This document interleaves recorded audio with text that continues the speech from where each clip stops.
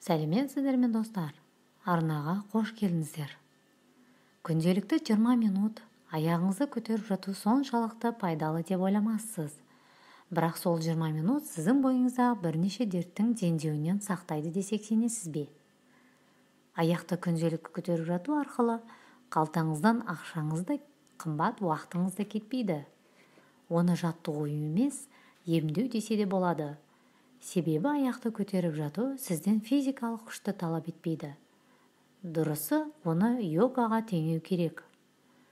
Мамандар оның денсаулыққа тигізер бірнеше пайдасын айтады. Сіз де мұны біле жүріңіз. Сіздермен бірге денсаулыққа кеңес арнасы. Арнаға тіркеліп, лайк басуды ұмытпаңыз. Қазақша контенттің дамуына атсалысыңыз. Жүректің жұмысы туралы бір сәтке болсын ойланып көрдіңіз бе? Күніне қаншама жұмыс атқарады. Бойыңыздағы қанды айдап тырнақ ұшына дейін жетуін қамтамасыз етеді. Кейде қан айналымы өз жұмысынан жаңылып, аяқта варикоз пайда болуы мүмкін. Сізде де келеңсіздік байқалса, бірден аяқты көтеріп жатыңыз. Жаттығумен денеңіз сұлуланып, не болмаса аяғыңыз әдемі болып кетпейді. Алайда аяқтағы тамырлардың кеңеюінің алдын алады. Жаттығу қалай жасалады?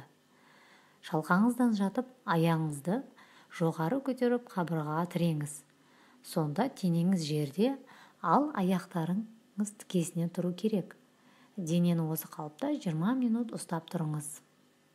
Қолдарыңызды барынша еркін ұстаңыз. Басқа ешбір қимылды қайталаудың қажеті жоқ. Бойыңыздағы тепе-теңдікті сақтап, өзіңізді тыныш әрі жайлы сезініңіз. Бұл қалыптан шығу үшін алдымен тізеңізді көкірегіңізге қарай тартып, бүйірге қарай аунаңыз. Жаттығуды орындау үшін міндетті түрде жеңіл әрі қолайлы киім таңдаңыз. Белді қысып тұратын резеңкелі киім кимегеніңіз абзал. Мұндай киім жаттығудың пайдасын жоққа шығарады. Өйткені жаттығудың негізгі мақсаты қанның ағзада айналуын дұрыстау, ал резеңке қанның айналуына бөгет болады. Аяғы жоғары көтеріп жатудың 5 пайдасы. Біріншісі, аяқ ісінуін төмендету. Яғни, аяқ ісінуі көбінесе қан айналымының дұрыс болмауына пайда болады. Кейде бүйрек, жүрек пен артық салмақтың салдарынан да ісініп кетуі мүмкін. Сол себептен ең алдымен аяқтың ісінуінің себебін анықтап алған жөн. Кейін оның еміне аяқты көтеріп жату жаттығуында қосу керек. Екіншісі, аяқтың ауырғанын басады. Күні бойы тік тұрып жұмыс істейтін жандардың түнде аяқтары ауырады. Олар да осы әдісті қолданып көрсе, тартылыс күші аяғындағы ауруды қалай басқанын байқамай қалады. 20 минуттық жаттығу аяқты жеңіл қалыпқа түсіреді. Үшіншісі, ас қорытуды дұрыстайды. Егер аяқ бастан жоғары тұрса, бұл сұйықтықтың ағзада жиналып қалуымен ғана күреспей, асқазанның жұмысына әсер етеді. Ішектердің қозғалысын реттеп, астың қорытуын жақсартады. Іш қату сынды мәселе оның оң шешімін табады.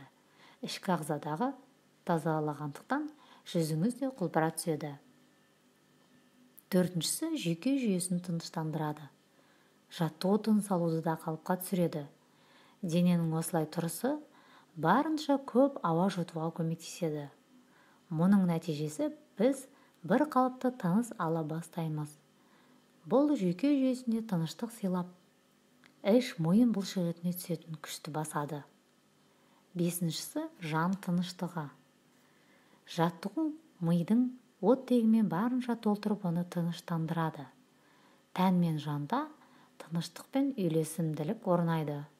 Жаттығуды күн сайын жасасаңыз, көп етпей-ақ жағдайыңыздың жақсара түскенін байқайсыз. Видеоны жақындарыңызбен және достарыңызбен бөлісуді ұмытпаңыздар.